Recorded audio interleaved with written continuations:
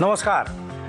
Ramdev strong हिंग प्रस्तुत आम्ही सारे खवेच्या किचन किंग भागात सगळ्यांचं मी मनापासून स्वागत करतो. मंडळी, लहान मुलांच्या गमती जमती ऐकायला आणि बघायला खूप गंमत वाटते नाही का?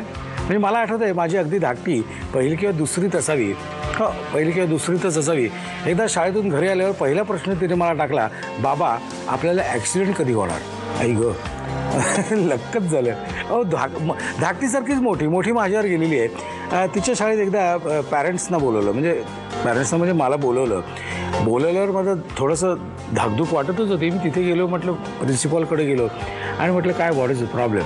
मग तेवढ्यात त्या टीचर आल्या, तिच्या वर्ग शिक्षिका आपण जे म्हणतो ना, त्या आल्या आणि त्यांनी सांगितलं तुमची मुलगी फार चुकीच्या पद्धतीने बोलते वागते. हां, तर मॅनर्स नाही. म्हटलं काय झालं मला सांगाल की नाही? तर त्या टीचर असं म्हणाल्या की तिने मला 4 एक वेळा हाक मारली, पण तिने जेव्हा हाक मारली तेव्हा मी दुसऱ्या विद्यार्थ्याशी त्याचे प्रॉब्लेम सोडवत होते. आणि 5व्यांदा जेव्हा मी तिच्याकडे लक्ष दिले नाही, तुमच्या मुलीकडे जेव्हा लक्ष दिले नाही, तेव्हा तुमची मुलगी बाकावर उभी राहिली आणि बाकावर उभं राहून तिने मला असं विचारलं की तुम्हाला मी आत्तापर्यंत 4 वेळा हाक मारली, तुम्हाला ओ देता येत नाही का? म्हणजे आता अशा गमती जमती. तर आता कसं आहे की ज्या घरात लहान लहान मुलं आहेत ना, त्या घरात ह्या सगळ्या गोष्टी घडत असतात आणि आईबाप सतत कामाला लागलेले असतात.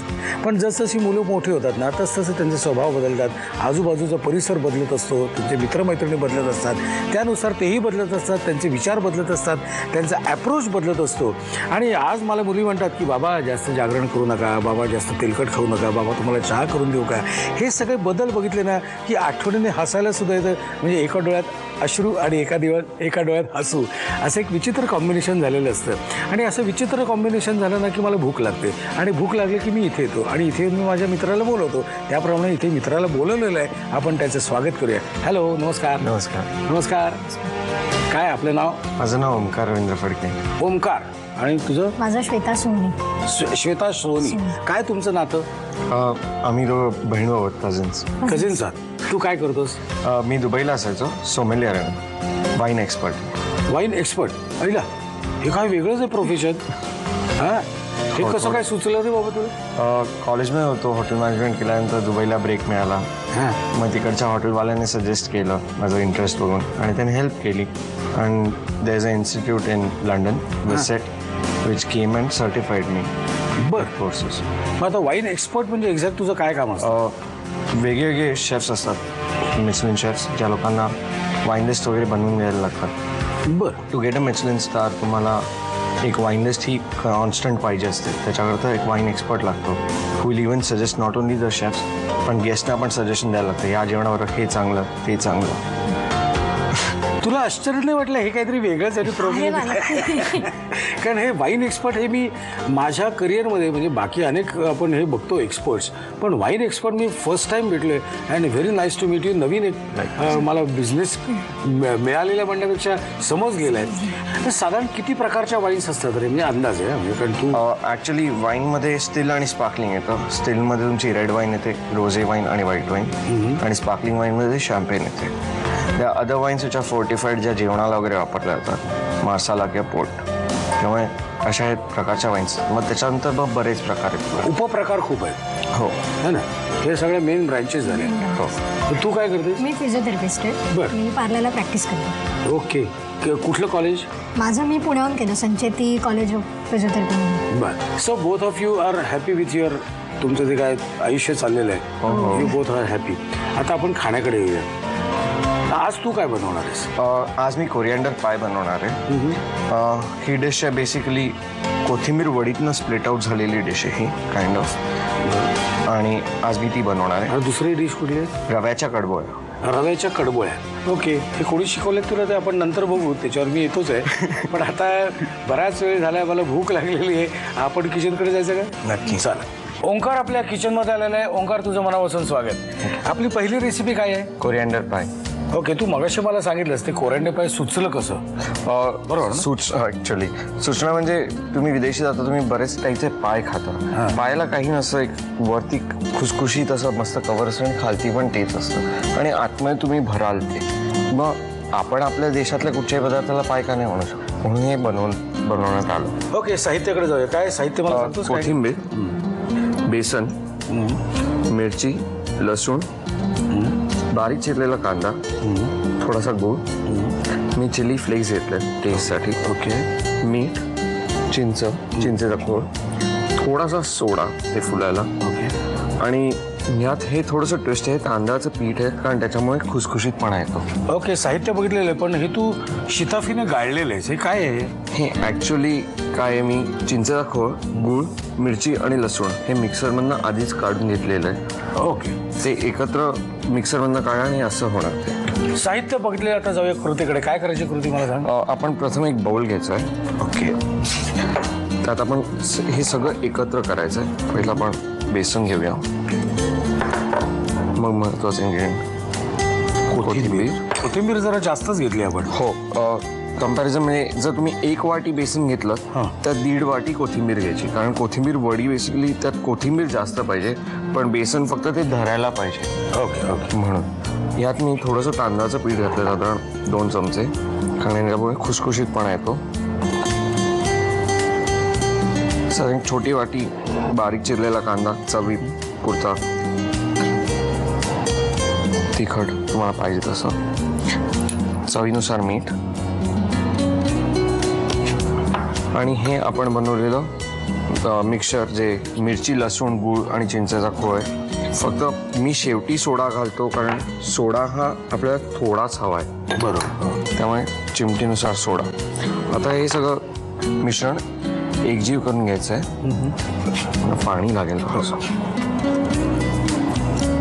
हे आपण जेव्हा कालवतो तेव्हा असं बघायचं की ओतता येईल, पण ते खूप लबलबीत नाही पाहिजे आणि खूप घट्टही नाही पाहिजे. पडणार नकोय तुला, मीडियम पाहिजे. मीडियम पाहिजे. हे झालेलं आहे. आता तुम्ही बघू शकता, इट इज फ्लोईंग कन्सिस्टन्सी. हे ओतू शकता, पण हे पळत नाही आहे कुठे. बरोबर. फक्त यात एवढं बघून घ्या की बेसनाचे लम्स नाही, गठ्ठे नाही आहेत, कारण नाहीतर मग ते चणा डाळीचे तुकड्यासारखे वाटतात असे नंतर झाल्यानंतर. आता माझ्याकडे आधीच मी साच्याचं भांडं घेतलंय. तुम्ही असं कुठचंही गोल भांडं घेऊ शकता ज्याच्यात तुम्हाला पाय बनवायचं. ह्याला तेल लावलंय, म्हणजे हे जेव्हा आपण ओतू तेव्हा ते चिकटणार नाही. ओके. आणि सुटेल. हे सेट झाल्यानंतर ह्याच्यावरती गार्निश म्हणून तुम्ही परत पाहिजे तर थोडंसं पापरिका टाकू शकता. आपण एका साईडला पाणी उकळत ठेवलंय हे, पण हे जेव्हा तुम्ही ठेवाल तेव्हा पाणी ह्याच्या वरती नसलं पाहिजे, खालती असलं पाहिजे. आणि ह्याला झाकून ठेवूया आपण. ठेवा. आणि आता हे असं शिजवायचं आहे. जवळजवळ 12 ते 15 मिनिटं लागतात हे शिजायला. पण जेव्हा तुम्ही झाकण काढाल तेव्हा झाकण झटक्यात काढायचं, असं हळूच काढू नका, ते पाणी त्याच्यात पडता कामा नये. पडता कामा नाही. ओके. म्हणजे एका साईडनेच असं उडायला लागेल तर ते एका लागेल. ओके. 15 मिनिटं झालेले, सगळं व्यवस्थित शिजून तयार झालेलं आहे. आणि शिजलेलं कसं दिसतं ते हे असं बघा. ओके. आता हे शिजून झालेलं आहे आणि जवळजवळ हे किती 1.5 तास आपण ठेवलं ना. 1.5 ते 2 तास. 1.5 ते 2 तास आम्ही कसे ठेवले हे विचारायचं नाही, कारण आमची ती एक खासियत आहे, आमची एक वेगळी आयडिया आमच्याकडे आहे की आम्ही काढलं की ऑलरेडी 1.5 तास झालेला असतो. त्यामुळे तुम्हाला जे दिसतं ना ते अप्रतिम तयार दिसतं. ओके. पण एक लक्षात ठेवा, 15 मिनिटं तिथे शिजवावं लागतं. 15 मिनिटं झाल्यानंतर ते 1.5 ते 2 तास ठेवावं लागतं की हे आम्हाला हे असं मिळतं. तुम्ही लगेच माझ्यासारखं करायला जाल तसं नका करू. ओके. आपलं हे आता शिजून तयार झालेलं आहे. आता व्हॉट नेक्स्ट? आता हे शॅलो फ्राय करायचं आहे. ओके. शॅलो फ्राय करायचं कारण म्हणजे वरनं आणि खालनं आपल्याला एक ब्राउनिशचा क्रस्ट द्यायचा, खुसखुशीतपणा द्यायचा. तर तेल गरम करत ठेवलंय मी, झालेलं आहे गरम.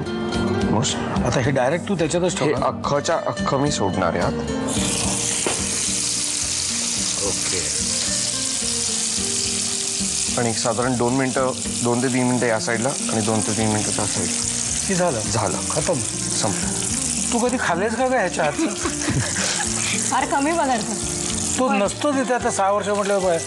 पण आता तो आलाय आणि तो बरेच पदार्थ खायला घालतो. बर. मी कधी घरी गेले की. पण तुझं सुद्धा ते मला आणि क्लिनिक आत्याला वगैरे खायला सांभाळून जायला म्हणजे जरा अवघडच आहे. हो, मी रविवारी वगैरे जाते तेव्हा. अच्छा.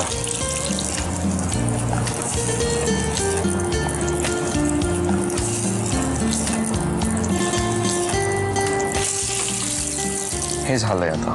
ओके. आणि आता हे काढायचं. बंद करू दे. हो. आता हे काढा आणि हे साधारण एक 5 मिनिटं ठेवा. हां त्यामुळे खुसखुशीतपणा वाढेल त्याचा. बरं. आणि मग 5 मिनिटानंतर युअर रेडी. कापून खायला सुरुवात. पण असं म्हणू नका की 5 मिनिटात तो थंड होईल का, असं नाही. कारण आतनं तो अजूनही गरम आहे. बरोबर. आणि हे कशाबरोबर खायचं? हे तुम्ही सॉस बरोबर खाऊ शकता. केचप किंवा चिली सॉस.